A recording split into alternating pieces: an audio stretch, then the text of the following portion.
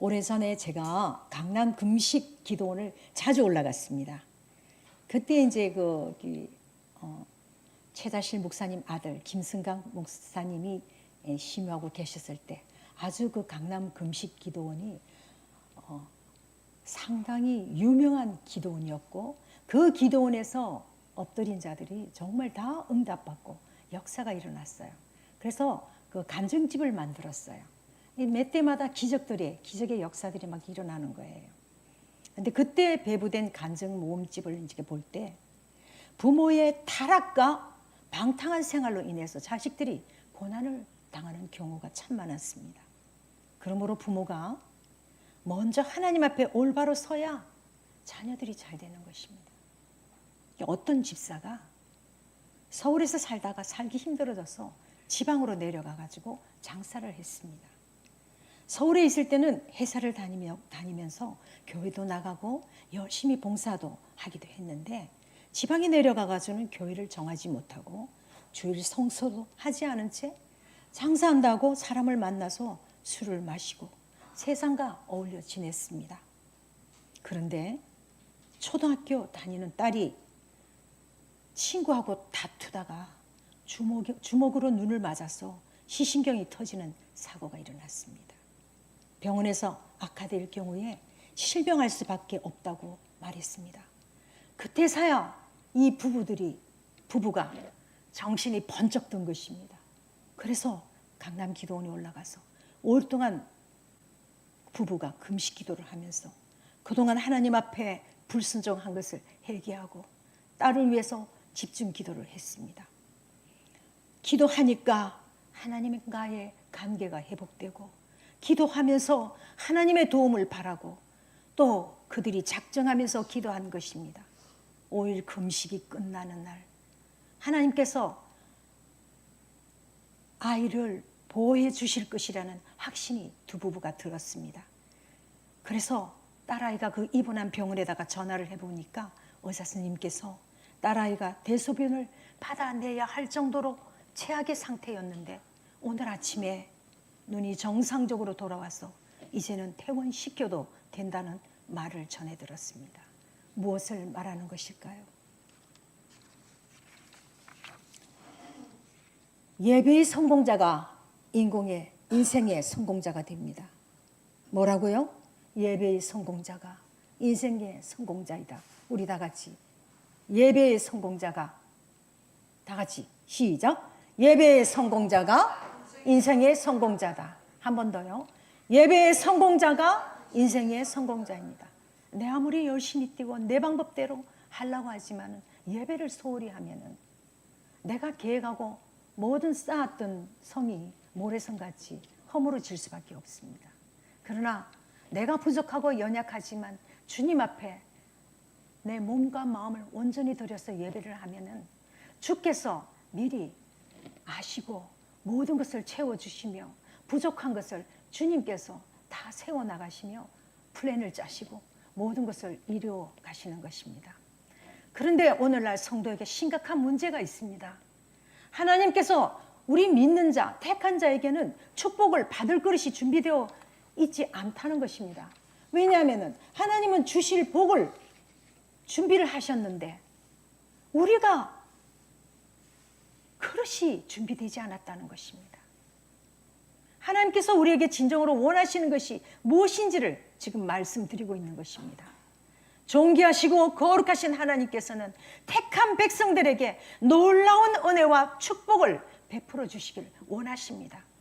하나님께서는 진정으로 간절히 원하는 것은 우리에게 온전한 복을 주시기 위하시는 겁니다. 그런데 우리가 온전하고 합당한 그릇이 되지 않았다면 어찌 하나님께서 주시고자 하는 은혜와 복을 담을 수 있겠는가? 하나님께서 주실 복을 감당할 준비가 되어 있지 않다면 어찌 그 주님이 마음껏 주시기를 원하는 것을 우리가 받을 수 있겠느냐는 것입니다. 우리가 우리 마음에 그릇을 준비를 해야 되는 것입니다. 그러면은 하나님께서 주시고자 하는 그 은혜와 복을 받으려면 우리는 첫째, 온전한 예배와 거룩이라는 그릇이 준비되어야 되는 것입니다. 그 그릇이 무엇입니까? 내 그릇이 금그릇이냐 은그릇이냐 천한 그릇이냐 귀한 그릇이냐가 아니고 온전한 예배와 거룩이라는 그릇이 준비되어야 된다는 것입니다. 예배의 우선순위가 무엇인가? 많은 성도들은 여러 가지 이유와 핑계를 대면서 하나님 중심의 예배가 아니라 사람 중심의 예배, 자기 중심의 예배를 드리고 있습니다. 이 아까 어린아이가 친구와 다툼으로 인해서 시신경이 터져가지고 하마터면은 실명할 위기를 가져온 것, 그것이 누구의 잘못이라고 그랬습니까? 주님을 믿다가 주님을 떠난 자, 배교 환자들에게 일어나는 일들입니다. 갑자기 제가 생각나는 것이 있는데, 저희 어머님이 아주 어릴 때는 교회를 나갔었어요. 근데 우리 아버지도 열심히 신앙생활을 하면서 집사 직분까지 받은 그런 믿음의 사람이었어요.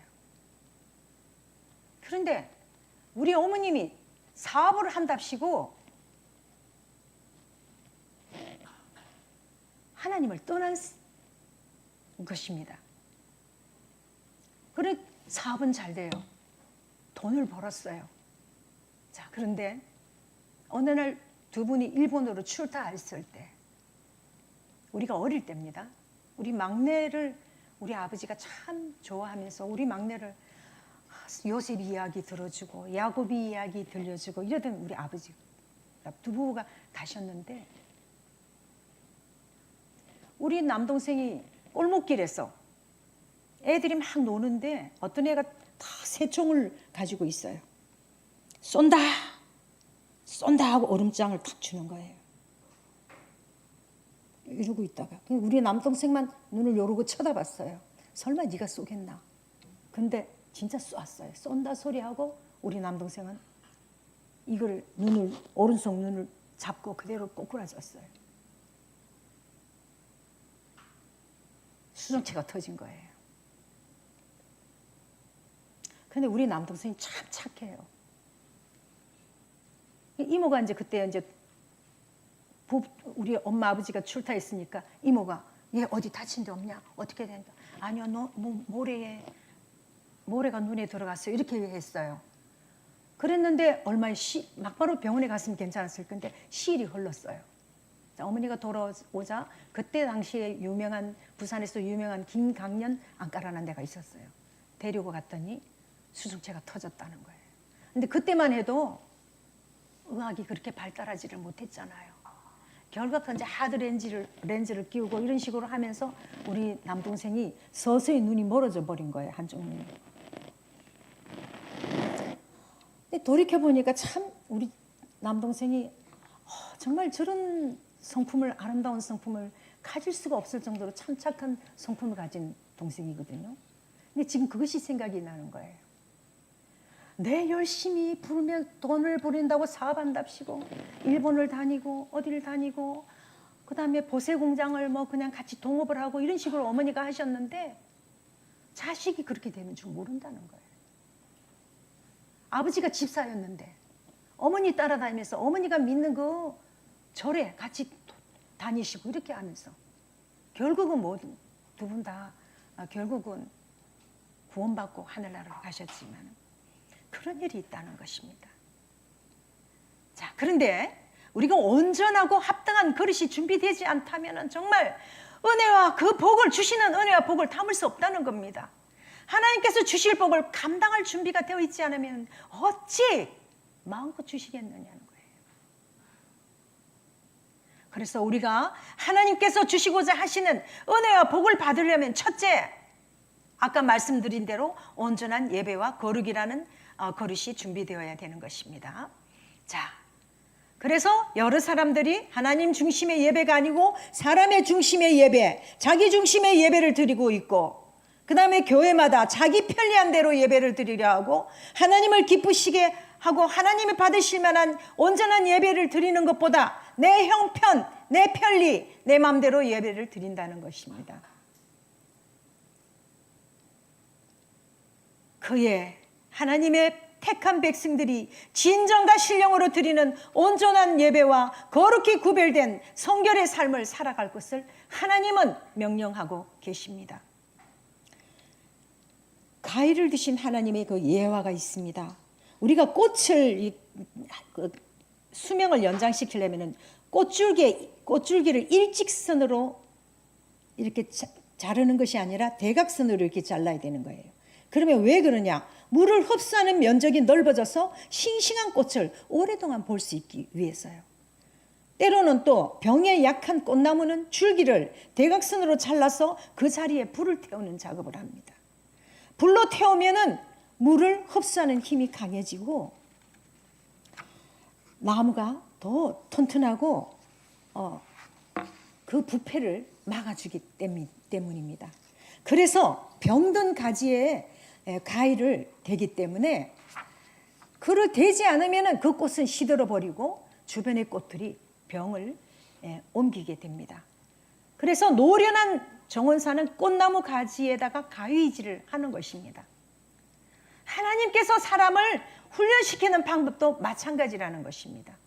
하나님은 한 인간을 성숙한 인격체로 만들기 위해서 줄기 자르는 아픔을 주십니다.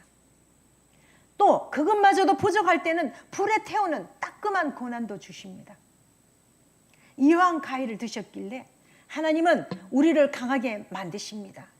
우리의 삶에도 파도가 있습니다. 그러나 그 파도가 있음으로 인해서 그 파도를 즐기면, 하나님과 함께 즐기면 윈도우 서핑으로도 파도를 즐길 수 있다는 것입니다. 그래서 우리는 파도가 있을지라도 우리에게는 그 파도가 필요하다는 것입니다. 내 삶 속에 지금 파도가 있습니까? 그 파도는 내게 필요한 것이고, 그러나 이 파도를 피하려고 할 때는 그 역경은 거대한 파도가 되어서 우리를 두렵게 하며 우리를 삼키는 것입니다. 위험 앞에서 닭과 독수리는 전혀 다른 반응을 보입니다. 폭풍이 몰려오면 닭은 날개 속에 몸을 숨긴 채 숨을 곳만 찾습니다. 그러나 독수리는 거대한 날개를 활짝 펴니다. 그래서 태풍에다가 몸을 싣고 태풍이 불면 불수록 더 유유히 날아올라 안전지대로 향하는 것입니다.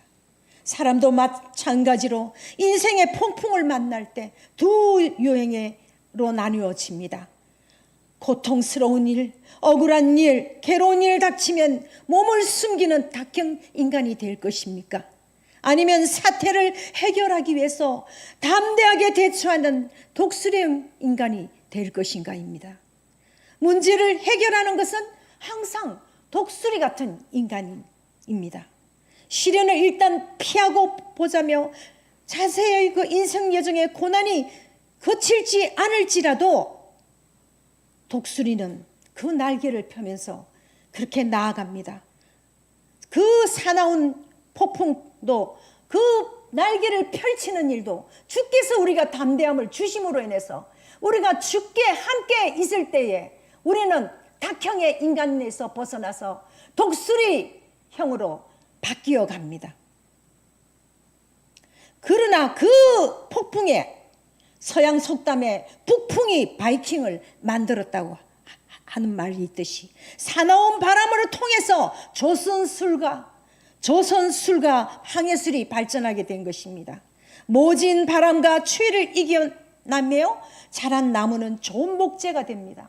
나무가 우르창창하게 아주 좋은 나무가 소나무, 그런 나무들은요, 그 모진 바람과 추위를 이겨냈기 때문에 명품 나무가 되는 것입니다.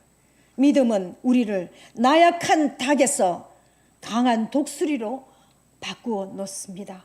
누가 그렇게 하는 것입니까? 하나님이 함께 하시면, 하나님이 우리를 훈련시키시면 하나님이 우리를 바꾸어 주십니다. 둘째로 하나님께서 베푸시는 은혜, 그 복을 받으려는 그릇이 준비되려면 두 번째로 성결을 해야 됩니다. 요한 3서 2절에 사랑하는 자여 내 영혼이 잘됨 같이 내가 범사에 잘되고 강건하기를 내가 간구하노라. 이 놀라운 축복은 오늘 우리 본문 민수기 6장 22절 27절에 나타난 복과 동일한 축복입니다. 사랑하는 자여, 내 영혼이 잘됨 같이 내가 범사에 잘되고 강건하기를 내가 간구하노라. 하나님이 기뻐하시는 참된 예배는 신령과 진정으로 드리는 예배입니다. 죄악과 패괴함이 가득한 이 세상에 우리들은 보다 거룩하고 구별된 성결의 삶을 살아야 합니다. 그 이유는 하나님께서 기이 쓰임 받는 그릇이 되는 우리는 하나님의 축복을 받아서 하나님께서 주시는 그 그릇으로 인해서 이 악한 세대에 뱀처럼 지혜롭고 비둘기처럼 순결한 자 되어서 하나님께서 우리를 왕같은 제사장으로 되게 하시고 우리로 통해서 하나님께서 성결한 그릇이 되게 하시고 그리하여서 우리로 하나님의 아름다운 덕을 선포하게 하시는 것입니다. 닭형의 인간이 될 것이냐, 우리가 독수리형의 인간이 될 것이냐, 그것은 여러분들이 어떻게 하나님께 나아가느냐, 그 자세가 문제인 것입니다.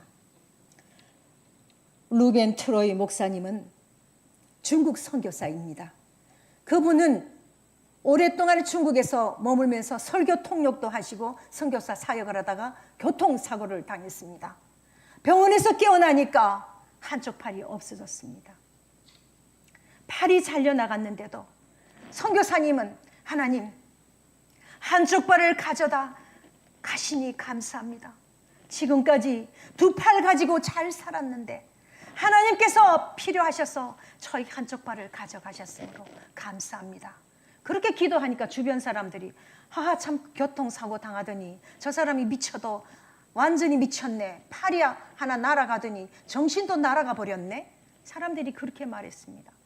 팔이 없는데 감사할 일이 세상에 어디 있느냐, 그렇게 말했습니다. 그러자 루벤 트로이 목사님은 그래도 끝까지 하나님께 감사하고 팔을 가지신 것도 감사하다고 기도했습니다. 결국 의수를 한 선교사님은 본국 미국으로 돌아갔습니다. 그러자 한국에 6.25 사변이 나서 고통을 당하는 사람이 많다는 말을 듣고 한국 선교사로 다시 자원해서 한국으로 왔습니다. 그분은 팔이 없습니다. 와보니까 6.25 사변 때 팔 잃은 사람이 얼마나 많은지. 그런데 우리나라는 의수와 의족을 만드는 곳이 없었습니다. 사람을 위한 재활의학이 전혀 발전되지 않았기 때문에 그때 루벤 트로이 목사님이 한국에서 재활병원을 시작하여서 미국에서 보급을 받아서 의수족을 만들고 보급했고 그것을 통해서 복음을 전했습니다. 그는 이 일을 하면서 왜 하나님의 자신을 교통사고로 한쪽 팔을 잃게 하셨는지, 한국에 와서 팔다리 잃은 사람을 어떻게 내가 그들을 사랑할 수 있었겠는가, 어떻게 그들에게 내가 관심을 줄 수 있었겠는가. 내가 팔을 잃고 나니 그들에게 자비와 긍휼의 마음, 그들에게 어떤 도움을 줄 수 있을까를 할 수 있으며 자기가 그 일을 통해서 많은 주의 일을 감당할 수 있었던 것입니다. 그래서 그가 이렇게 말했습니다. 미국에서 기술자를 불러서 의수족을 만들면서 내가 고통 중에 있었기에 고통당하는 사람을 도와주게 하시니 하나님 얼마나 감사한지요. 내가 또 한국에 와서 재활의학을 시작하면서 내 팔이 한쪽을 잃으면서 겪은 고통과 아픔으로 인해서 이것이 치료한 계기가 된 것이 얼마나 감사한지요. 그 후에 트로이 목사님은 무슨 일을 당하든지 왜? 라는 의문을 품는 대신에 하나님, 왜인지 제가 이해하지 못하지만 우리가 어떤 일이 생겼을 때, 하나님, 지금 내가 이런 일이 생겼어요. 내가 왜 이런 일이 생겼는지 하나님 제가 이해하지 못하지만 합력하여 선을 이루실 주님을 믿습니다 라고 고백해야 됩니다. 그는 하나님께 왜라는 질문을 안 했습니다. 저는 남편이 쓰러지자 왜라는 질문만 던졌던 사람입니다. 불평 불만만 했던 사람입니다. 그런데 무슨 일을 당해도 나는 모릅니다. 하나님이 합력하여 선을 이룰 줄을 기다립니다. 감사합니다. 그저 감사합니다. 이렇게 말할 줄 아는 독수리형의 인간, 하나님이 만드신 선교사님, 트로이 목사님과 같은 그러한 우리가 믿음을 가져야 되는 것입니다. 우리가 어떻게 그것을 가질 수 있겠습니까? 하나님의 하심으로 인해서 충분히 우리는 감당할 수 있는 것입니다. 우리의 백이 누구입니까? 부모님이십니까? 오로지 우리의 백은 하나님이십니다. 우리의 백이 누구시냐고요? 하나님의 백이 우리에게 있다는 것입니다. 베드로전서 2장 9절, 그러나 너희는 택하신 족속이요 왕같은 제사장이요 거룩한 나라요 그의 소유가 된 백성이니, 우리는 하나님의 택하신 족속이며 왕같은 제사장이며 거룩한 나라요 그의 소유가 된 백성이니, 우리는 하나님께서 우리를 독수리 날개침과 같은 독수리 같은 인간으로 하나님이 우리를 만들어 주셨습니다. 그래서 우리를 어두운 것 가운데서 불러내어서 그의 기이한 빛에 들어가서 아름다운 덕을 선포하게 하신 것입니다. 예레미야 애가 3장 24절에 내 심령에 이르기를 여호와는 나의 기업이시니 그러므로 내가 그를 바라리라 하도다. 결론적으로 우리는 창조주 하나님께 지원받은 피조물이라는 사실, 그러므로 우리가 복을 받으려면 우리는 축복의 그릇을 준비해야 됩니다. 축복의 그릇이 무엇이었습니까? 거룩에 합당한 예배를 드립니다. 신령과 진정을 드리는 예배가 우선이 되어야 됩니다. 그리고 하나님의 백성답게 성결한 자가 되어야 됩니다. 비둘기처럼 순결한 자가 되어야 되는 것입니다. 믿음을 준비하고 인내하고 또 말씀으로 훈련받아서 우리가 축복의 그릇을 채워나가야 되겠습니다. 여러분들은 복받을 준비가 되어 있습니까? 예레미야 18장 6절, 이스라엘 족속아 진흙이 토기장의 손에 있음같이 너희가 내 손에 있느니라. 우리는 누구의 손에 있느냐고요? 하나님의 손에 있다는 거예요. 하나님의 손에 있다. 하나님께서 우리를 빚어나가신다는 거예요. 내가 어떠한 모양이든 하나님께서 빚어가신다는 것입니다. 나의 노력으로 되는 것이 아니라는 것입니다. 하나님의 무한하신 지혜와 섭리 안에서 우리는 각각 다르게 빚어졌습니다. 어떤 나라, 어떤 종족, 어떤 환경, 어떤 재주를 타고났던지 간에 그 시대와 그 환경 가운데서 내 사명을 바로 찾아서 충성을 다하고 최선을 다하는 것이 우리의 의무인 것입니다. 기도드리겠습니다. 사랑의 주님, 우리가 진정으로 주님이 원하시는 그릇 되게 하여 주시옵소서. 때마다 시마다 우리의 영혼을 어루만지시고 다친 우리의 눈과 귀를 열어주시니 감사합니다. 무엇보다도 우리의 삶을 다스리시고 내 새 힘과 새 희망을 안겨주시는 그 주님 감사합니다. 하나님, 원하옵기는 이 나라 이 민족을 불쌍히 여겨 주시옵소서. 하나님 도와주시옵소서. 기적을 창출하여 주시옵소서. 한국교회가 다시금 말씀과 기도운동, 회개와 성령운동과 전도운동이 불일 듯 일어나게 하여 주시옵소서. 우리의 교회와 가정마다 복을 더하여 주시옵소서. 성령을 기름을 부어 주시옵소서. 우리의 가정과 교회와 이 나라가 더 이상 우환과 질고가 사라지게 하시고 날마다 주님의 은혜로 승리하는 나라와 교회와 가정이 되게 하여 주시옵소서. 귀하신 우리 예수님의 이름으로 기도드립니다.